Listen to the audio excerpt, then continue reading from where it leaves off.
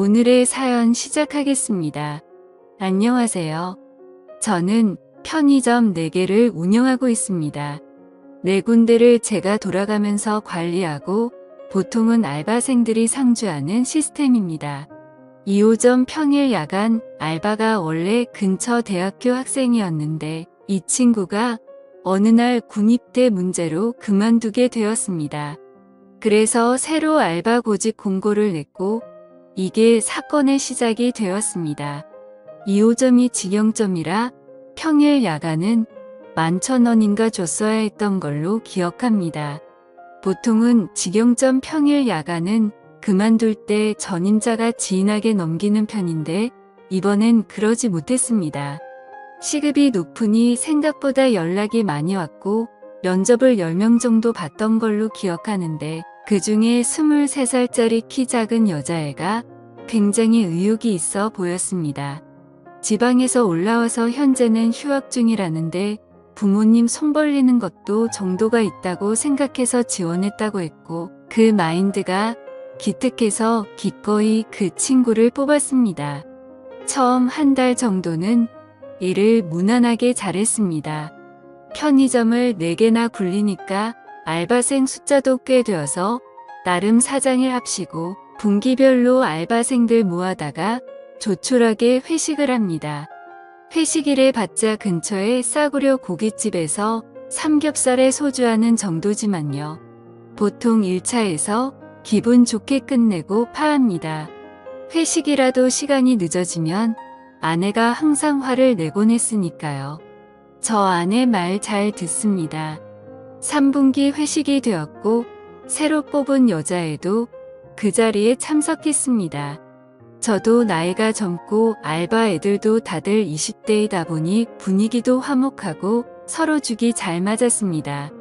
1차가 거의 끝나갈 때쯤에 이제 집에 가려고 하는데 새로운 여자애가 술이 좀 취했었나 봐요.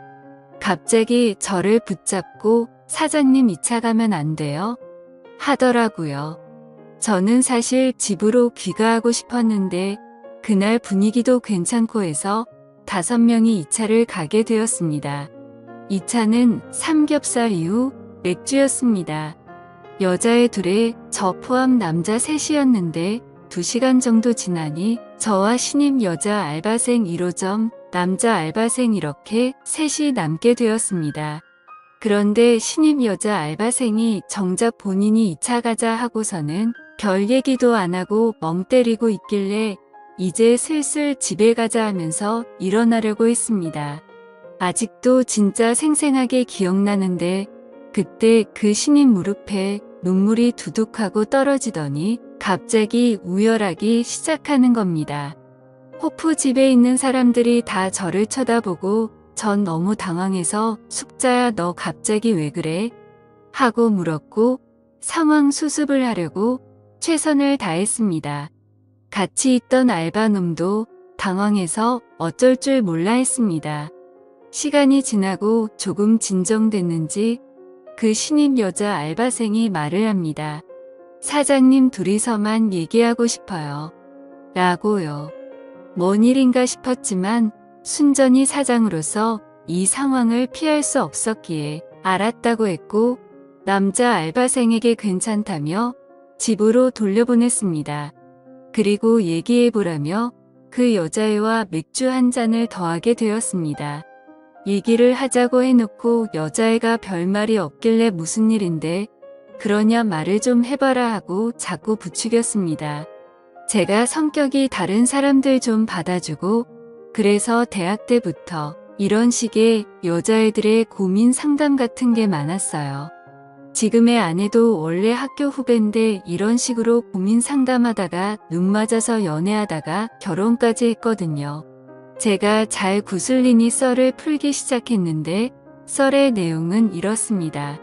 동양에서 올라온 학교 선배랑 사귀고 있는데 반동거 상태이며 임신을 해서 어쩔 줄 모르겠다. 사는 게 너무 힘들다. 뭐 이런 내용이었습니다.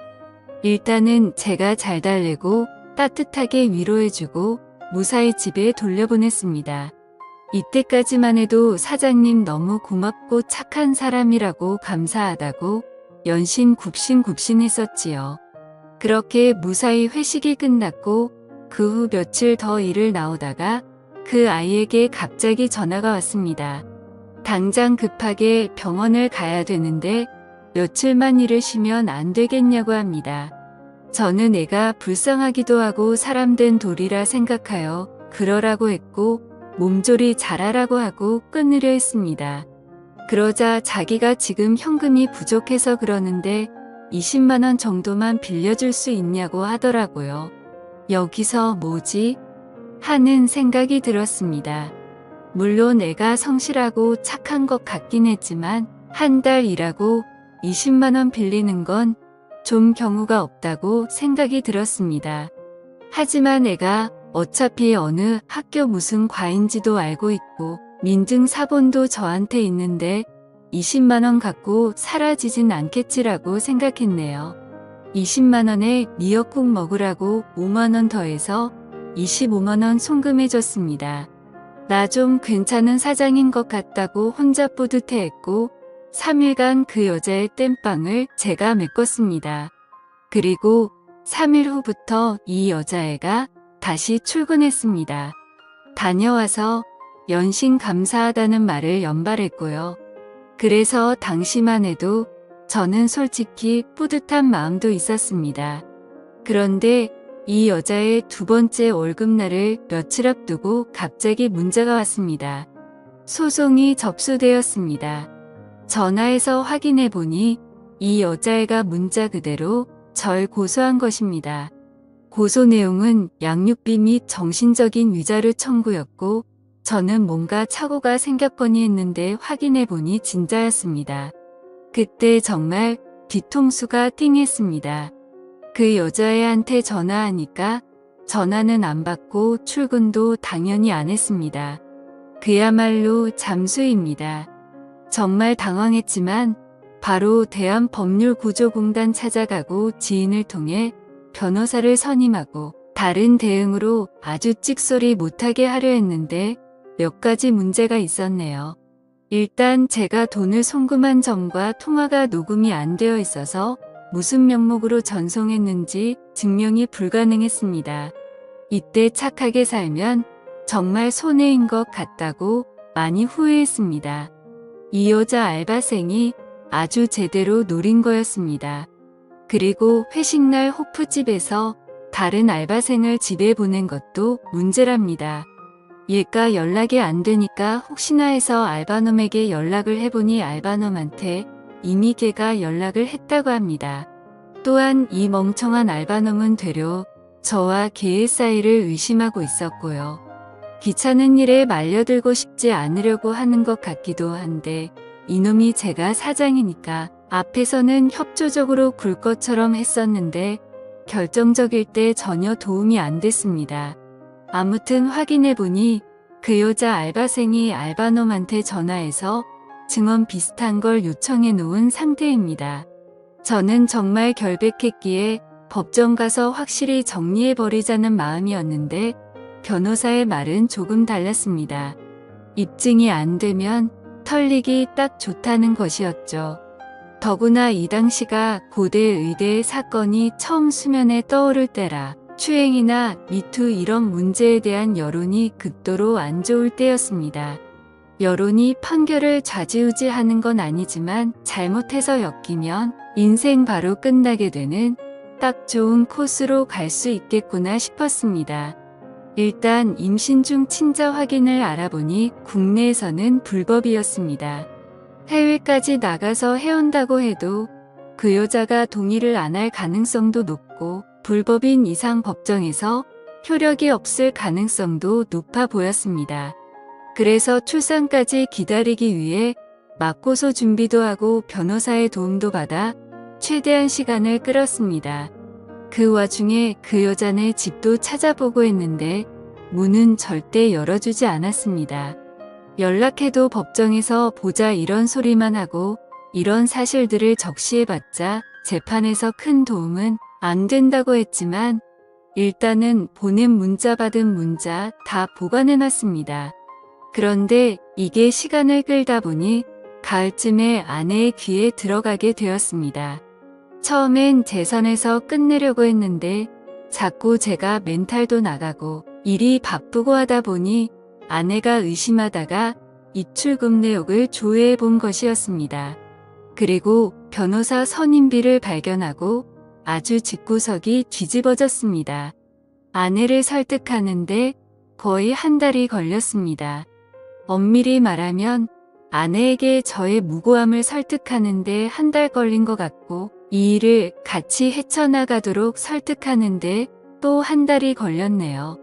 간통죄로 고소한다 이혼하자는 이야기까지 나와서 아주 한 달은 개고생했고 아내가 친정집 가서 잠수를 타기도 했습니다. 저는 친정집 앞에 가서 하루 종일 기다려서 설득했고 간신히 아내의 마음을 돌릴 수 있었습니다. 지금 생각하면 정말 아찔하네요. 아내가 저의 편이 되기로 한 다음부터 일이 조금 수월해졌습니다. 아내가 자진해서 그 여자를 설득하러 갔습니다. 아내가 누군지 모르는 그녀는 결국 아내를 만났습니다. 물론 사건의 전말 같은 건 말하진 않았지만 아내 말로는 그 여자랑 그 여자 남친이 공모한 일 같다고 했습니다. 처음에 저를 그렇게 괴롭히던 아내가 이제는 제 편이 되어서 적극적으로 나서는 게 정말 다행이었습니다. 그리고 아내는 그녀에게 친자 확인 검사까지 하자고 했답니다. 그때부터 그 여자가 좀 겁먹기 시작했는데 결국 협상은 결렬되었고 그녀는 그 이후로 와이프를 만나주지 않게 되었습니다. 아내는 아내대로 뿔이 나서 저를 병원으로 데려가 친자 확인 검사를 준비시켰습니다.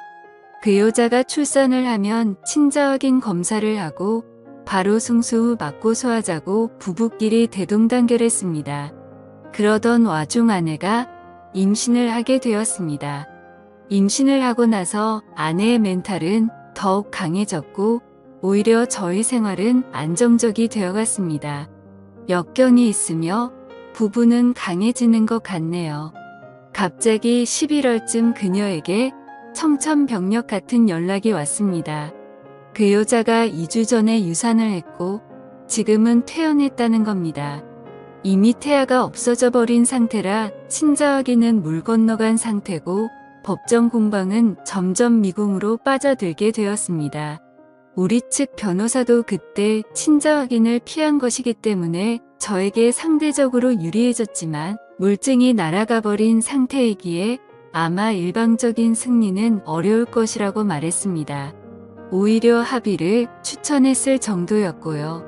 실제로 그때 합의 가능성을 보여주면서 저에게 연락을 해왔습니다.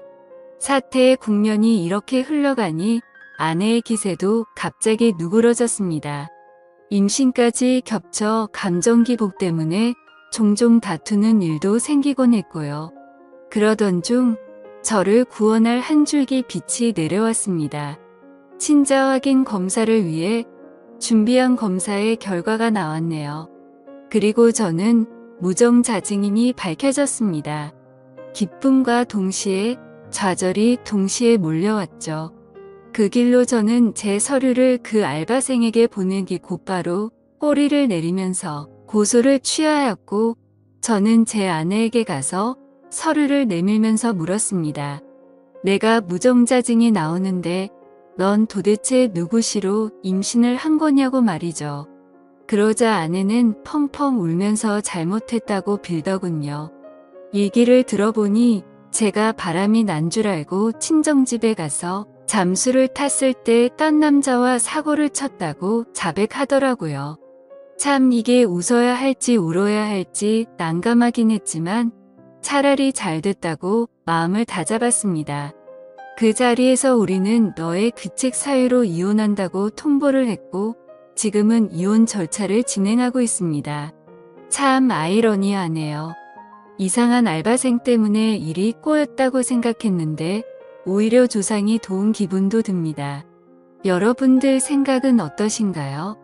제가 이렇게 이혼을 강행해서 끝을 내는 게 맞겠죠? 현명한 댓글 달아주세요. 재미있게 시청하셨다면 구독, 좋아요 부탁드립니다. 감사합니다.